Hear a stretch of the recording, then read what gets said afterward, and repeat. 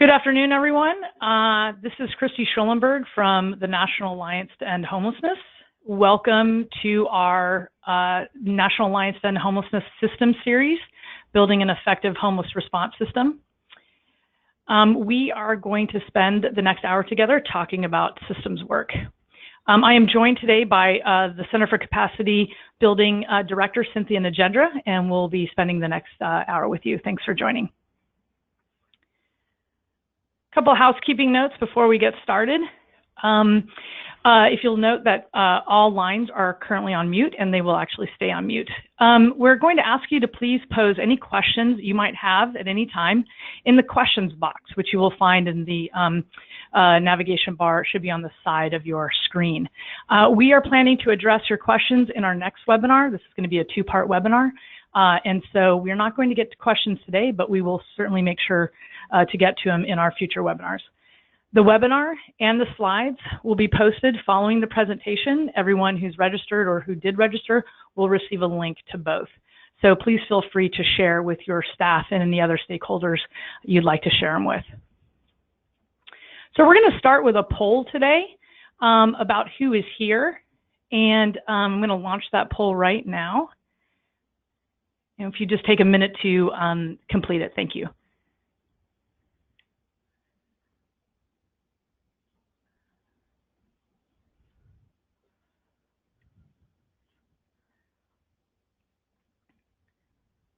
Looks like we've got all kinds of folks joining the call today. I'll give it a few more minutes.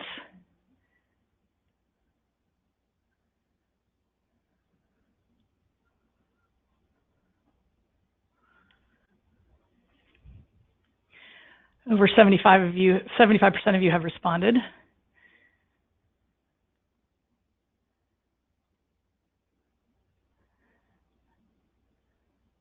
Apologies to all of the HMIS administrators out there. I see you are not on the list. You are on the list, but you are actually not in the poll. We apologize for that. We love the HMIS administrators, so thank you for being here. Okay, I'm going to close out the poll now. About over 80% of you have responded. And I'm going to just share a little bit of who's on the poll, who is in the audience today. So we have 27% who are CoC grantees, rapid rehousing or permanent supportive housing providers. 11% of you are emergency shelter providers. A big bulk of you are from your systems leadership or your board, or you're the collaborative applicant. Nice to see some funders here, even if at 4%, and other and technical assistance providers. Again, sorry to the HMIS administrators. We won't forget you next time. Okay.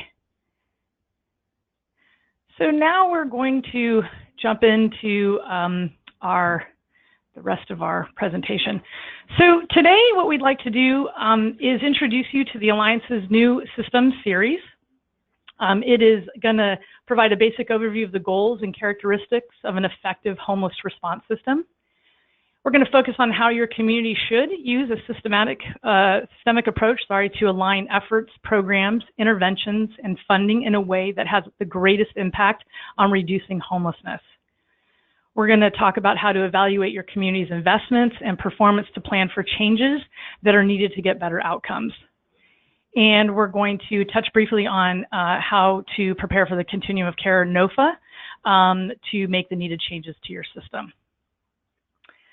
So an introduction to the system series. So the system series is strengthening your system to energize momentum. And this webinar is the launch of this series. We tried to come up with lots of acronyms. We thought about calling it strengthening your system to end madness, or strengthening your system to enhance margarita enjoyment, but those didn't seem appropriate. So we went with strengthening your system to energize momentum, which is what we hope you will do as a result of today. So the Alliance's system series is designed to help communities more effectively end and prevent homelessness by building a stronger local systemic response. System improvement is a continuous process, and the Alliance's system series helps identify key areas on which each community should focus and the steps involved in taking them on. So ending homelessness requires building a system that leverages programs and resources in the most efficient manner to house as many people as possible. and making those system improvements is a strategic and sophisticated effort requiring long-term focus, commitment, and consistency. The CoC program competition NOFA represents one of the many critical opportunities to evaluate your system and set a plan for improvements it needs, but should not be the only time this happens, the only time you're looking at how to improve your system's work. So the system series is going to consist of webinars, blog posts, fact sheets, and other resources to provide tools to your community to help you identify areas where you can make the most meaningful improvements to your system, where you can continuously execute on those improvements for the greatest impact year-long, and how to leverage those improvements to build a more competitive CoC NOFA application. So why should you attend the system series as we roll it out, and why you should share it with your other key stakeholders? Because you're working in communities with very challenging housing crises. You're helping people in urgent crisis navigate the challenging housing market in your community that currently exists, and we know it exists everywhere. So this is a reality that many communities face and need help in improving those outcomes. And you want to strengthen your homeless response systems as as an ongoing, not just a CoC NOFA competition task. And last, attending this series will help you and your community understand what makes a system effective and help you to identify your community's strengths. So now I'm going to kick it over to Cynthia, who is going to walk us through the rest of our time together. Cynthia? Thanks, Christy. A good afternoon to most of you, maybe a good morning to some of you on the West Coast. Thank you for joining us, and we hope that you continue to follow the series. We're really excited about some of the content that's going to be coming out. We're hoping it's going to be helpful, not just for preparing for your NOFA and getting through that, but really for strengthening your system throughout the year.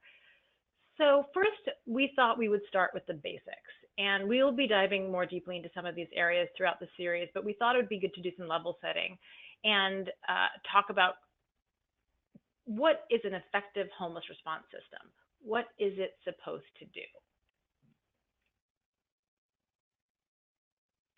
Simply put, though not easy to do, the goal of an effective homeless response system is to house people as quickly as possible and divert people from imminent homelessness whenever possible. Again, that's sort of really trying to encapsulate the goal into something that's sort of as simple as possible, but really trying to make it the entire goal of everything we're doing. And so this goal is going to be kind of what we orient everything around throughout the next hour. Communities around the country have taught us that an effective community response to homelessness uses a systemic approach. We know that the program by program approach just isn't enough to end homelessness in a really sustainable way. We need a systemic approach. And that means aligning interventions and resources across programs and activities across your whole system in a really coordinated way, truly coordinated around this common goal of rehousing people. And that's to say that in an effective system, we have not only designed all of our programs and models around that goal, but really the whole system's resources and even the other systems we touch. They all align roles and activities around this central goal to rehouse people quickly, because that's what ends a person's homelessness, and we don't want them to stay homeless for a long time in our system. And communities we know with the best results have this intense focus on housing people as quickly as possible, even though it is really, really challenging. We know the ones that with the best results are really intensely focused on this. So basically, here's the end game, kind of in basic terms. The end game of a system that's really effective has people in a housing crisis having access to immediate help. So you have a housing crisis, you have an immediate place to go, a safe place to go. There's not a ton of barriers to get in. You have shelter, you have crisis housing. You don't have to be on the street or in a car or in some other place that's unsheltered. People are not unsheltered, ideally. Of course, this is not true in many of our communities, and that's why this is the end game. But what we want to look for are systems that are working towards people not being unsheltered at all. People shouldn't have to ever sleep outside. People do not spend long periods of time homeless. We don't want them spending, we want it to be over as quickly as possible. And people exiting homelessness do not quickly cycle back into homelessness. So in other words, homelessness is rare, brief, and one time. Again, this is the ideal that you're working towards. We know many communities don't quite look like this, but this is what kind of you're working towards. So how do you know if your system is getting to that end game? Here are some key measures that you probably all know very well from system performance and the things that you've had to submit now for the last few years during your NOFA. But here are some key measures of performance to tell you whether your system is doing well. There are others, but here are some critical ones that are the only real way to know if your system is effectively achieving its primary goal. And again, this is not just about getting good system performance measure marks for your NOFA. It's about getting the best outcomes for people in your community that are suffering the most and getting them housed as quickly as possible. And that's really what this is all about. So you're reducing inflow into homelessness, increasing exits to permanent housing, decreasing the average length of homelessness, and decreasing returns to homelessness. Again, there are other measures, but these are ones that we really are going to focus on mostly today. To really understand how a system is performing, aside from looking at those measures, it's really important to understand the concept of system flow. I'm sure many of you kind of struggle with this in trying to explain it to people who don't work in homelessness when you're talking about your PIT counts, that just because your PIT count went up, it didn't mean that you didn't house a ton of people this year. But there are people coming into your system all the time as well. People are coming in and out of the system every day. It is not a closed system. So the concept of system flow is really describing the way a homeless response system should move people from homelessness to housing as quickly as possible. We want it to be efficient. We want it to be coordinated. And why the idea of flow is so important is because if you're not thinking about flow, you might be experiencing what feels like a stuck system, but not really realizing that it's stuck.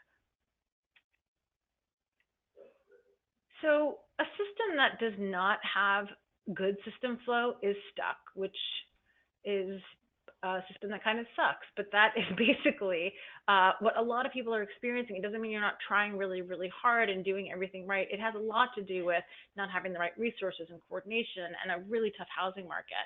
But it's good to know what a stuck system looks like. And a stuck system does not move people from the streets or shelter quickly into housing. And it often looks like this. You have an unchanging or increasing number of unsheltered people. You have wait lists for shelter. You have long lengths of stay in shelter, usually more than 30 days. You have a high percentage of exits from shelters to homelessness.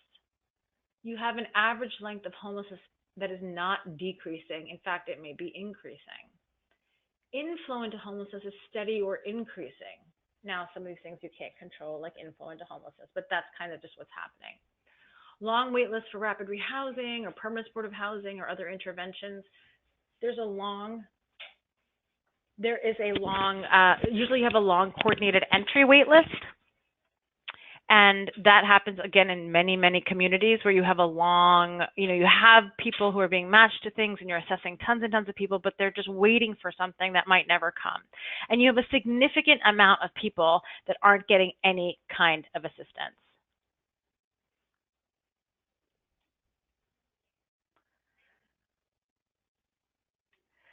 So the elements of a good homeless response system with good system flow look like this. You have a housing first approach across all interventions within the system. Diversion from imminent homelessness when safe and appropriate. You are rapidly identifying and engaging people who experience unsheltered homelessness because you want to connect them to services and housing assistance as quickly as possible. Strong outreach function. Quick, accessible, low barrier pathways to shelter and other crisis services with short stays in shelter. And of course, a rapid connection to permanent housing for all sheltered and unsheltered people, whether or not they are matched to a housing resources through coordinated entry. We'll talk a lot about these things in the series practice and how to implement these things. But a real key is sort of trying to figure out how to house people at every opportunity, house and rehouse people at every opportunity. Whether or not you have enough rapid rehousing and permanent supportive housing, what are other ways that you can house people? Okay, Cynthia, I think we have another poll here, so I'm going to go ahead and launch our second poll.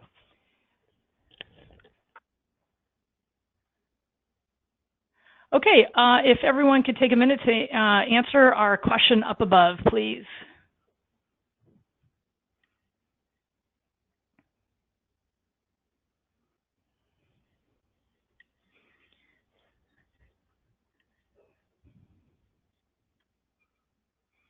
We've got about 70% of you reporting back, filling out the poll. Thank you.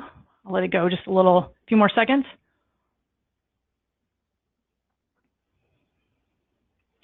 Okay.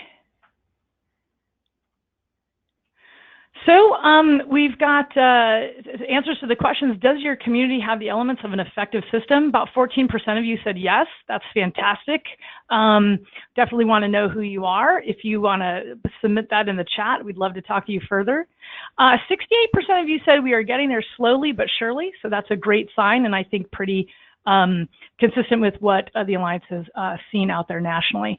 5% of you said you have no idea. Well, you will have an idea after this webinar and through this series in order to take back to your community and learn more. 13% of you said not even close.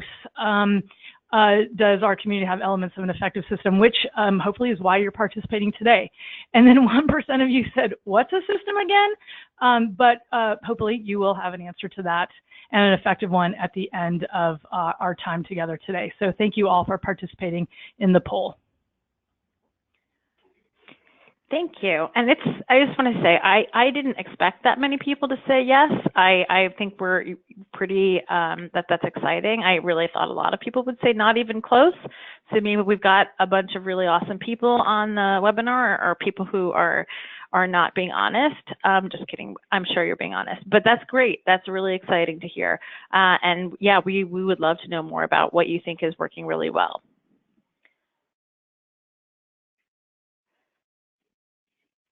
So what we kind of want to take you through now is, how do you build a better system? Again, this is just a very sort of simple overview, but we want to talk about the fundamentals of improving system flow and performance, and we'll dig more into this as well in upcoming webinars and guidance, but let's cover the basics.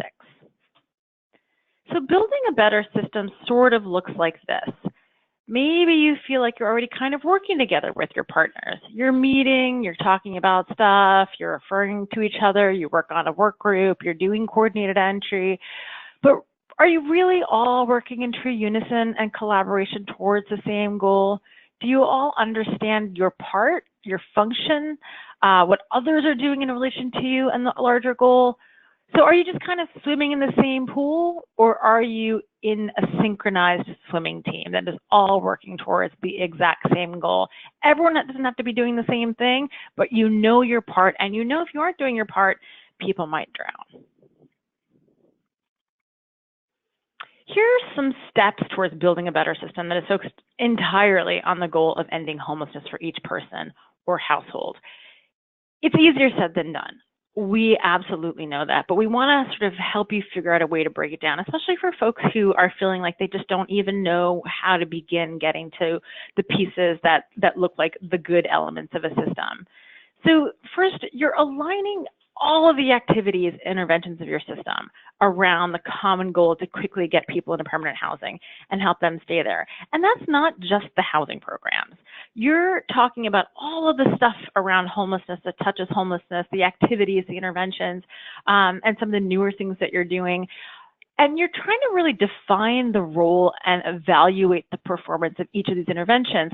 And that's not just for funding reasons. You want to know what everyone is doing to meet this goal. And if they're not, if it's not clear what they're doing to meet this goal, or they're not really working towards that goal, that's where you want to start kind of tweaking your system and funding things differently, or helping build capacity in certain areas that seem like they are struggling. So these are just some of the interventions we're talking about. Outreach, emergency shelter, transitional housing, or some sort of temporary housing, transitional housing, rapid rehousing, the new joint component, rapid rehousing, permanent sort of housing. Communities are starting to do shallow subsidies, both at the beginning of a person's homeless episode or right before for diversion, after a person might be housed and need a little bit more cash. So, you know, what might be the role there, and what gap might it fill?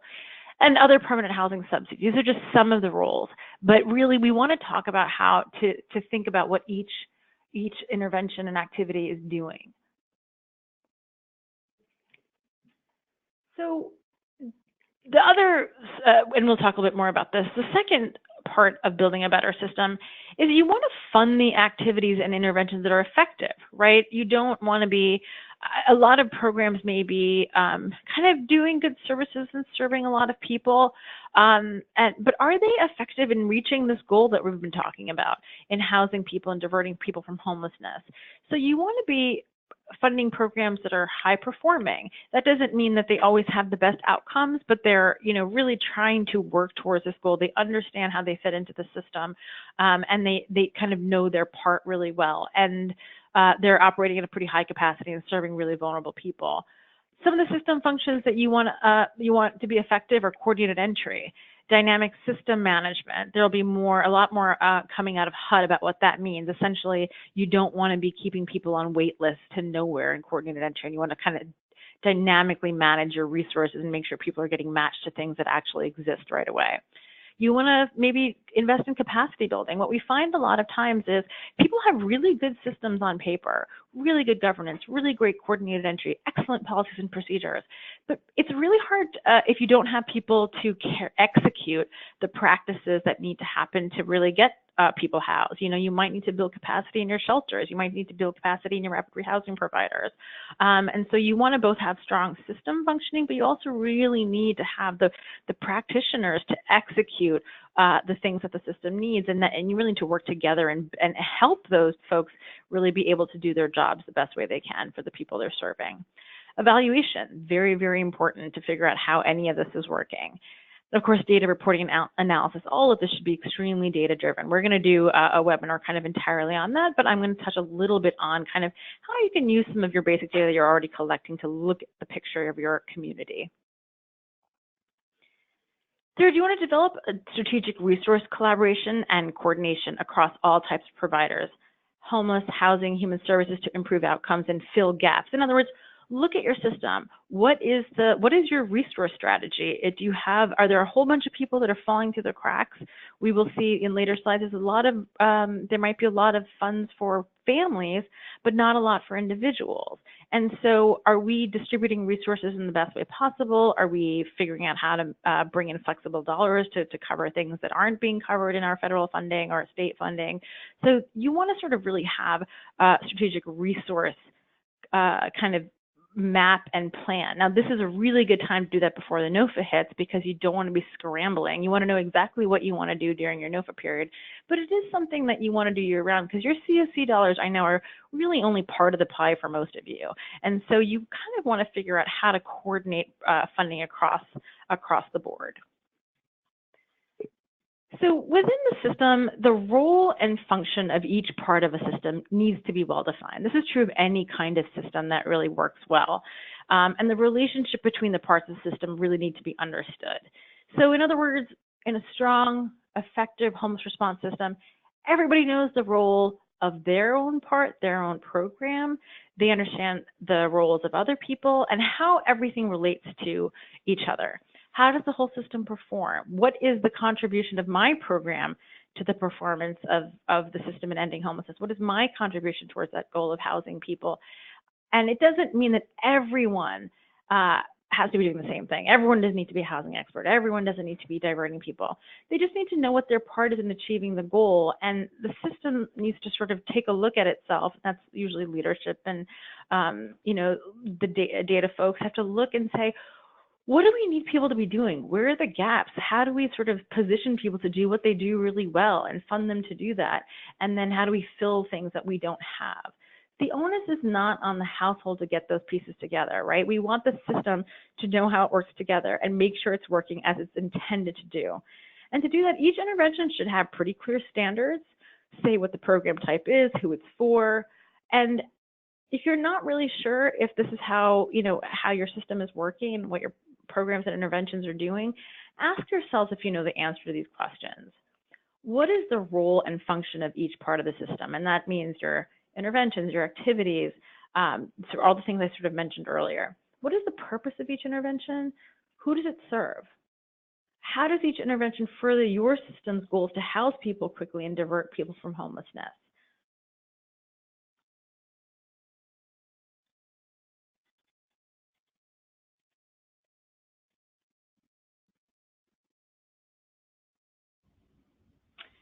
And Cynthia, I think we may. Yeah, I think. Oh, there you are. I think we have a poll next. Do we have a poll? Yes, we have a poll right here. 1 second. I think we lost you for a minute, but now you're back. So I'm going to launch the third and final poll. Thank you. So if everybody can take a moment to answer these questions, you should see them on your screen. What is the role of your program in improving system flow and performance? You can check multiple options here, I believe.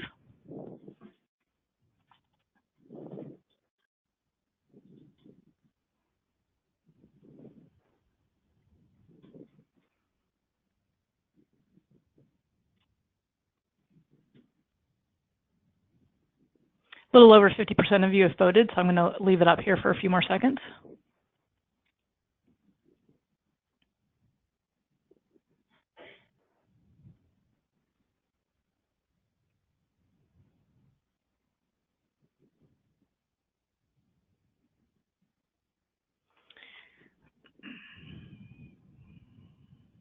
Okay, I'm going to go ahead and close it out. Thanks so much for participating. So folks could choose multiple of these choices, and so there's going to be some overlap, but 57% of you said that your role or the role of your program is to reduce inflow into homelessness. 80% said your role is increasing access to permanent housing. 70% said that your role is to decrease average length of homelessness, and 71% see their role as decreasing returns to homelessness. 12% of you said none of the above. I'd be very interested in hearing from folks in the chat or in the question box how that is. We'd just be curious to hear about that. Cynthia? Yeah, thank you. It might also be that none of the above folks are not providing services, or they feel like they're doing other system functions, so that might make sense. And I can see probably a lot of you do multiple ones of these, right? So a lot of these are like, if you're a rapid rehousing provider, hopefully you're increasing exits, decreasing average length of stay, and decreasing returns, because that's what rapid rehousing does. It's interesting that so many folks said reducing inflow into homelessness, because that must mean a lot of you are doing some sort of diversion or prevention. So it's a very interestingly high number, and that's we'd love to hear more about that as well. So I thought we could take you through kind of some examples about how to think about this, especially if you were not sure about, well, what is my role and how does it relate? How should I even think about this if I'm a funder? How should I be looking at these different interventions? So let's just take the role of emergency shelter. I know this is not a CoC funded program, but obviously a very, very critical part of everyone's homeless system. Let's think about what the role, ideally what it plays. It might not play this role now, but this is what we would want an emergency shelter to do, to play in achieving the goal that we've been talking about this whole time: housing people, rehousing people. And so I do want to say, this is not to ding emergency shelters at all. Many shelters aren't equipped or funded or designed to do this, but we want to move towards ones that do, to really be able to have those critical elements of a good system. So what role does it play? What is the role of emergency shelter, and what role does it play in achieving the goal? Emergency shelter ensures individuals and households experiencing homelessness have a safe and decent place to stay. And it should be immediately accessible. You know, we know a lot of you are at max capacity, but we want to create some flow in your system. It doesn't mean we build a whole bunch of shelter. We want it to be more accessible for people, so that they're not having to stay in unsafe situations or on the street. And we want it to be focusing on exiting people to housing, right? We don't want to just open a front door that doesn't also have a back door that people can leave out of, right? So we want to, emergency shelters to be providing housing support within shelter. That could be financial assistance, but that's often just services, and connections to other housing resources, rapid rehousing, and other kinds of housing resources for quick exits to housing. So shelter really should be about getting in easily and getting out quickly. And it's important to remember that shelters really do impact your performance of the homeless, of the entire system, right? average length of homelessness, exits to permanent housing, and returns to homelessness. If people are staying in shelter for long periods of time, that means that there's your entire average length of homelessness across your system is getting longer. We work in communities that have folks in shelter for years sometimes, and it's because they don't have ways to get out. And it's, that's why the exits to permanent housing part is really important too. We have lots of people returning to homelessness from shelter. Again, not to blame shelters. They're not often designed this way, but we really should think about as systems how to make them function this way, because this is a critical role that we need them to play. And it's important to note right now, if your shelter isn't functioning this way and not really aligned with the rest of your system, for funding reasons, for all kinds of reasons, you haven't included in the conversation, they're not funded in a way that you have a lot of connection to them, you want it to be housing focused, and we don't want people languishing in shelter. This could stop your system flow, as I said before. It can really bottleneck your system flow. So if you haven't evaluated your shelter's outcomes, you should look at things like the percentage of people exiting the housing, length of stay, wait lists, how your shelter support flow into permanent housing, or is it causing barriers into permanent housing? Is it sort of an accelerator or throughput, or is it causing barriers just because of the way it's designed, or maybe it has a lot of rules? If you have a lot of unsheltered people, it is likely you need to conduct analysis of those shelter barriers. It might not just be that you don't have enough. It might be that people are not able to get in, or they're staying for a long time because they don't have a way out. So you want to create some flow through there. That's the role we want it to play. The role of permanent supportive housing. So what does it play in achieving the goal? We know that permanent supportive housing provides a permanent housing subsidy and intensive supports for people with the greatest needs. It's often chronically homeless people, and we want it to be that intervention to be saved for the people who really need it the most. It's really designed to decrease returns to homelessness and provide a housing solution for people who have the most challenges sustaining housing. And so is your permanent supportive housing, is it serving this role? Is that what it's doing? And if not, what do you need to do to really tweak it and change it and make it a better part and a better partner in your system? Rapid rehousing. What role does it play in improving system outcomes? More than any other intervention, it creates system flow by moving people from the streets and shelter into housing quickly. If it works well, of course. We want it to be rapid, and we want it to be we know it's very difficult to find housing in many of your communities, but ideally it's shortening the length of time people spend homeless by housing them quickly. And as we've seen from tons of data from around the country, many people in rapid rehousing stay housed even in really tough housing environments and don't return to homelessness in the near term. So think about all the interventions, these are just a few, and activities and programs in your system. Are they working towards the goal of your system? Are they working to get the best outcomes for people experiencing homelessness that has to do with their housing status? And everyone doesn't have to be doing the same thing as I said before. They just really need to know what their part is in achieving the goal. And as system leaders and funders, you really need to know what their goal is and think about how you want to fund and how you want to fund them and what you want to fund. That kind of takes us to this next section, which is how do you invest and reallocate resources to get those better outcomes, improve that system flow, and strengthen your system? We will get much more deeply into this in upcoming webinars, but I kind of wanted to just walk through a couple of ways to look at your data, considerations to make, ways to look at your system. Now, many of you might already be looking at your system this way. HUD is coming out with some new tools that will help you look at your system this way, but we'll walk through some things. So I just want to acknowledge this very important reality. Talking about the perfect system, I know, is very easy to do. Talking about how to execute the perfect programs is easy for me to do. Talking about the goal of housing people is easy to do. But actually making all this stuff happen, all these things just sort of come together and be all aligned, it's just about some of the hardest work in the world. You are navigating this situation that we're looking at here. No state has an adequate supply of affordable rental housing for the lowest income renters. Some people are far off. Some places are far worse than others, as you can see in the very red areas. Also, many of those places have some of the highest rates of homelessness. And we know from research that shows this rental increases and wage stagnation is tied to more people becoming homeless. And that's not the homeless system's fault. So this is the environment you're working in, and we know how incredibly hard it is.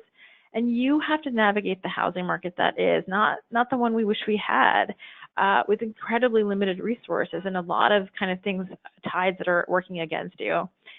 You're constantly working harder and faster and smarter to do this. We totally get that. And because the other choice is to let people be homeless. And that's really, as you all, I know, you all know, it's no choice at all. So in this environment, how in the world do we get better outcomes for people experiencing homelessness? There's not an easy answer, but we want to sort of just at least give you some considerations about how to start looking at your system and sort of see what's working well, see what the strong links are, what to invest in to make this work better. So how to invest resources to get better outcomes? Here's some considerations to make. We're talking a lot about your local system performing. How is it performing? You are collecting, if you're a CoC grantee, you're collecting a lot of data on system performance. Are you looking at that data? Are you using it to make changes? Are you looking at your program evaluations? Or is that just something that happens around the NOFA time to sort of figure out how you rank programs? Or are you kind of really using it to make funding decisions year round? That's what we would recommend. How are programs performing in relation to these systems goals? We just talked about what the role of those few interventions are. How are they performing that way? Or how are they performing in relation to the systems goals? You know, in certain programs, you might not be looking at those outcomes. You might be looking at people served, or are the beds full, or things like that. But really, what is their role in their performance in terms of relating to systems goals? And this is not to knock programs or try to take away their funding. In fact, it's really like trying to help programs if they're struggling, how to build capacity, because we need those providers and programs to be performing well to really ever make the system work. I mean, you can have all these, you can have great coordinated entry, you can have great data, but you really need people to execute on those services. And so that work is really hard, and those providers need a lot of support to do that well. What does your data tell you about the gaps in resources and where you should make investments? Are you looking at your data in a way that tells you that? Or are you kind of sort of, the system performance measures are there, but you're sort of not really sure kind of how to use them? A good question we always ask people is, what specific problems do you want your dollars to solve? Not just your CoC dollars. Instead of figuring out like what funds, you have and how to apply them, it's really like, what are the problems, and what specifically do you need your dollars to solve, and where do you need to get more dollars? What are the most effective ways to achieve the goal that we've been talking about all along? It may not be what you think. So you've defined a problem.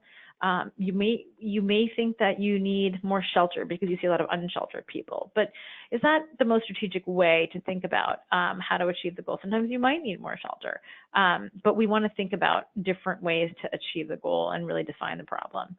And what are the consequences if you change a funding decision? So if you do change someone's funding, or your program that isn't CoC funded, and you decide, you know what, I'm going to add more, of this kind of, I'm going to add more diversion, or I really see the need for another shelter, or I think we need more permanent supportive housing for families. Well, have you looked, does your system know that that's what it needs? Are there really a lot of families in need, or do you have a lot of individuals that need that? So what are the consequences across the system of one agency's decisions? That's pretty important. And it's really on the programs to think about, how do I fit into this larger system? So here's an example. Let's say the problem you want to solve is to address unsheltered homelessness, a huge problem in many, many communities, a growing one. So let's just talk about the impacts of following investments on your system flow. I say adding system-wide diversion. You could add emergency shelter beds, you could add rapid rehousing, you could add transitional housing, rapid rehousing, or the joint component. You could add permanent sort of housing, and you can do a number of other things. But what really happens when you do each thing? So what are the consequences of that investment across the system? So let's say you expand diversion. Well, it frees up shelter capacity. If you're doing diversion well, if you're really helping people find, it's not a denial of service, you're really helping people find a better situation than coming into shelter, and finding a better housing solution than coming into homelessness, that can free up shelter capacity for people who really, really, really need that shelter capacity and don't have anywhere else to go. So diversion can help reduce that inflow and free up your shelter capacity.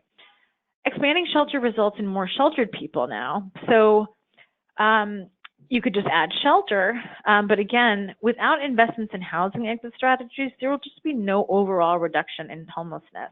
You might get some people who are unsheltered into shelter. We've seen that in some communities, expanded a bunch of shelter, lowered their unsheltered numbers, but their overall homeless number didn't go down because there wasn't a way to get people out of the whole system or out of shelter because they added shelter beds but didn't expand housing. Expanding rapid rehousing can expedite outflow from shelter, so we're getting people out more quickly. They've got resources now to get housed, and it can reduce that strain on shelter capacity. So you've actually got people coming in and out and turning over those beds quickly. But you really need strong housing identification and housing stabilization. Rapid rehousing, especially in this housing environment, requires a serious investment in skills, people who are really, really skilled at this. And it's definitely getting harder and harder to do. And it's something that you just need to sort of continue to innovate around and build capacity in. And I know it's just one of the most difficult things to do is find housing sometimes. But we sort of, again, that's the only way to keep getting the system flow to work. Expanding transitional housing and rapid rehousing, that's that THRH joint component that the CoC program has started funding. Cool about that is it adds temporary housing capacity and a housing exit strategy to your system. So that's kind of a really nice pairing of adding some crisis beds, but also being able to get people out. And of course, expanding permanent supportive housing reduces portions of the chronic population who are stuck in homelessness, but there may be no discernible impact in later years without investments in addressing inflow. So in other words, you could add a whole bunch of permanent supportive housing, right? A whole bunch of people move into it. People don't often, there's a very low-ish turnover in permanent supportive housing. So it fills up, and then but people are still coming into your system, right? So there might be a kind of bottlenecks there a little bit because you won't see later years, you won't see people, your numbers going down. I've seen people add a whole bunch of permanent supportive housing in like year one, but by and they see a decrease in chronic. And then by year 4, things have kind of built back up again and their numbers are going back up. And so it's like you can't only have permanent supportive housing, you need these other kind of array of things. So this has a lot to do then with right-sizing your system, right? We talk about right-sizing a lot. That just kind of means, do you have your current resources meeting the need that you actually have in your community? There's no one formula. Every community looks different. And are you looking at things in a way that help you make those decisions? I'm going to show you some very, very simple graphs that just use your AHAR, your PIT, and your HIC. And you can sort of use a lot more data than that, but these are system level aggregated data just to kind of get a sense for, what might be happening.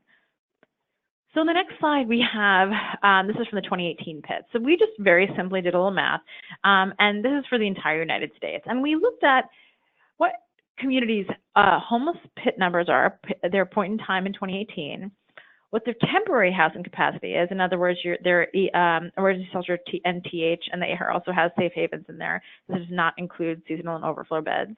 And we just took rapid rehousing because that was easy to do from the AHAR. So, and did a little math. So here for the United States, we see that the homeless, for 2018 PIT, you can see over on the left-hand side that homeless individuals, we have over 350,000 homeless individuals. You can see the temporary housing capacity for individuals is at about 200,000, so we don't have nearly enough for individuals in terms of the temporary housing capacity. And then look at rapid rehousing for the country. Very little amount of rapid rehousing for individuals. So it kind of makes sense that so many individuals in our systems are often the most significant population of people that are homeless, sheltered and unsheltered. If you look at the homeless families, on the family side on the right here, you can see that homeless families, a little under 200,000, that number has been going down. We have, interestingly, more emergency shelter and temporary housing capacity for families nationally than the actual number. Now, there's some things that are debatable around there, but it's a pretty decent match. And we have a lot more rapid rehousing for those folks. And now the number of homeless families has, in a lot of places, been steadily decreasing. And we can see that there has been just over time a really good increase in rapid rehousing and housing exits.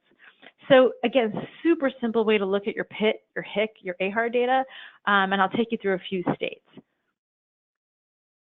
So Arizona. I'm not calling anybody out here. I just wanted to pick some geographic diversity. So in Arizona, 2018, there's a high number of homeless individuals. We have kind of about half the need of temporary shelter capacity. Again, probably about 10%, maybe 15% of what is needed in rapid rehousing for individuals. And again, this doesn't mean that we necessarily need to build more shelter in Arizona. It might be that we need to have a little bit more, but it looks like there needs to be a lot more housing capacity there. Better on the family side, homeless families have a lower number. We have, again, more housing capacity, temporary housing capacity, so that's shelter, transitional housing for families, and there are family households, and a better match of rapid rehousing, so it's getting a little bit more to scale. It's probably also, again, why they have in Arizona more people that are individuals that are homeless than families.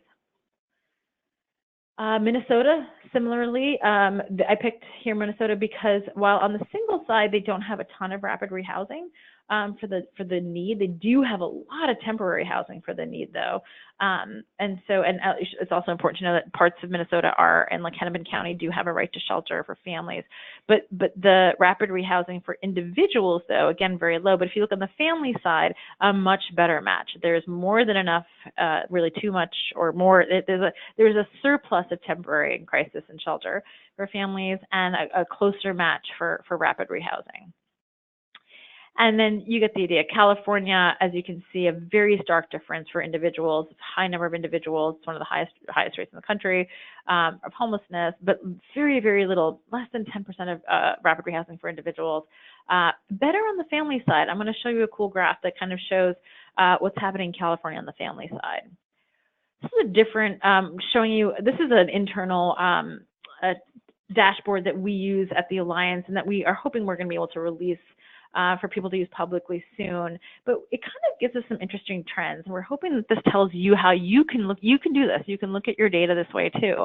It gives you just a better picture. So here's family homelessness in California, as we know, one of the worst kind of housing markets in the country. And this is the last 5 years, 2013 to 2018. And actually, since 2013, there's been a 19% decrease in homeless families in California. There's still, and as you can see on the left there, the housing capacity is about 6,700 units. The temporary units, that's the emergency shelter and transitional housing, it's pretty close. We have a pretty close match, actually, for shelter for families. And then we have a pretty good, we have not enough, but we have about 58% of rapid rehousing to meet the need. And as you can see, as the family homelessness trend has gone down, the addition of family units for rapid rehousing, family rapid rehousing has gone up. And so I think it's a good correlation of the 19% decrease in this really incredibly tough market and tough housing market. And California has added a lot of rapid rehousing through different programs, through its 10F CalWorks program, for example, and other sort of non-CoC resources that's really helped this picture. I also want to show you CoC. This is I'm not going to give you the name of this CoC, but just to give you a sense, another way to sort of look at your data. Let's look at how many homeless families you might have in your community at your last PIT. So this community had 173 homeless families. They had, out of their HIC, they could see that they had 126 dedicated family beds that were emergency shelter and transitional housing, but only 6 rapid rehousing units. So we can see that. And then that you show that it's 32% of people, that red number is 32% of people are unsheltered. Well, it's interesting because there's quite a bit of shelter, maybe it's a little bit more, but really it seems like probably people are getting stuck in shelter because they have not a lot of ways to get out. We only have 3% of the housing capacity relative to the homeless population. This is a real CoC. I just didn't want to show the name of the CoC. Here's another one where, interestingly, there's 58 homeless families. There's actually a lot more shelter there's more shelter needed than there are homeless families. So you can see that the relative temporary housing capacity is about 110%, 10% surplus. There's still people living unsheltered. So what does that tell us? Does that mean that people can't get into shelter? There's too many barriers, too many rules. They don't want to go into shelter. They're not being outreached to. So that's interesting. There is shelter, but people are still living outside. So there's some disconnect there. And so maybe there needs to be some question about what is the role of shelter there. And also there's only 19% of rapid rehousing capacity. So there's, again, not a lot of ways to get people out. So people might just be kind of getting stuck in the homeless system. And finally, I wanted to take you to a community that has 146% of temporary housing capacity, meaning they have a 46% surplus, again, for families. And they are still seeing people who are living outside. So again, this really tells us that there's something going on with people not staying in those empty shelter beds and transitional housing beds, and a lot of people outside. So there's something about the world those interventions are playing that aren't sort of geared towards this housing system. But they do have 80% of rapid rehousing capacity. So that's awesome. It might also be why people are getting out of shelter more quickly. And so they're building to scale to be able to provide rapid rehousing to most of the families in need. So the reason I'm just bringing you through these in this way is there's different ways to look at your data to tell you, how do we invest? What are we investing in now? What's our need? Are we looking at these pieces together? Are we really thinking about, how different pieces are performing? And again, it's not about dinging programs. It's about trying to figure out how to balance your system, how to right-size things so that you have that system flow and people are getting into housing quickly and not staying into homelessness. It's all about getting better outcomes for the people experiencing homelessness in your community. And if you make investments without considering how it impacts the system, you're going to have an enormous traffic jam, right? People are running into each other, overlapping what they're doing, duplication of services. You might have, way too much shelter, 46% more than you need, or you might have way little shelter and not enough or too much of the supportive housing for families when you only have a couple of chronically homeless families, but no rapid rehousing for families. So there's all these different questions that you should be considering to figure out how to do better system flow. So we're going to go into a lot more of that in following webinars, but that's just kind of an overview to how to think about approaching building a better system. I want to just quickly end with preparing for the NOFA, and we'll talk more about this during the series. But preparing for the NOFA, building your system and making these decisions and looking at your data, you shouldn't wait for the CoC NOFA to drop. I know you're all incredibly busy. A lot of you right now are submitting your HIC, and it takes a lot of time. It's hard to kind of think about planning throughout the year, but that's what kind of you want to be able to do to really build a better system. And so one tool we're going to give you today, and it's attached to the collateral in the handouts in the webinar. You can just download it straight from there. It's a CoC Awards preparation checklist. Because building a better system is a great way to prepare for your NOFA. And even though it hasn't been released, there are a lot of things you can do now to sort of help prepare. And we've talked about a bunch of stuff today, but there's a checklist here. We think that it's pretty helpful and to help your CoC prepare. And also, like, if you're not a CoC funded partner and you need sort of to figure out, like, hey, we might have to reallocate dollars from here. We're going to need dollars somewhere else. You should be talking to other partners, your city and county funders, private funders, and figuring out kind of what's really going to balance your system so that things aren't really out of whack. And you're not stuck. You're not in all those places that we talked before that look like a stuck system. And finally, I'm going to close with, what guidance do you need to strengthen your system? And so if you could just say some things in the chat box. We're going to look at everything that you said. We're going to look at your questions. We're going to look at the things that you want to see. And it's really going to help inform our series. And we will definitely be responsive to what you're saying in the materials and the guidance and all the things that are upcoming. And so we really appreciate kind of just taking, if you could take a few minutes and put things into the chat box. If you come up with ideas later, you can email us at thecenter@neh.org or look at our website for any resources that that might be helpful. We have an entire shelter series. We have tons of rapid rehousing resources, on and some system resources. So please feel free to contact us as well. We take a little while to get back to you at the center, so we get tons of emails. But the most efficient way is probably just to kind of put stuff in the chat box now. But eventually, if we come up with some questions, please feel free to contact us here. And with that, I want to thank you for listening to me talk for so long, and I hope that some of this is sort of a good baseline. If some of you thought this was helpful, we'd love to know that. If it was too basic, we'd love to know that. Just let us know kind of, we're trying to really cover what your needs might be and be responsive to those.